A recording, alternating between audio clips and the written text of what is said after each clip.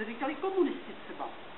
Komunisti mi lžou i tím názvem, když si vezmete slovník cizích slov nebo cokoliv, tak komunismus je bezstřední společnost, všecko patří všem, odstranit se kapitalismus, to je prostě komunismus a cílem komunistické strany je toho dosáhnout. Co pak tohle je program komunistů? To je jako kdybych si založil stranu vegetariánů. Vegetarián je člověk, který nejí maso. Tak já založím stranu, která má za program, že nebudou si jíst maso a vždycky králíky, slepice, dá se jim svobody, pustí se ven.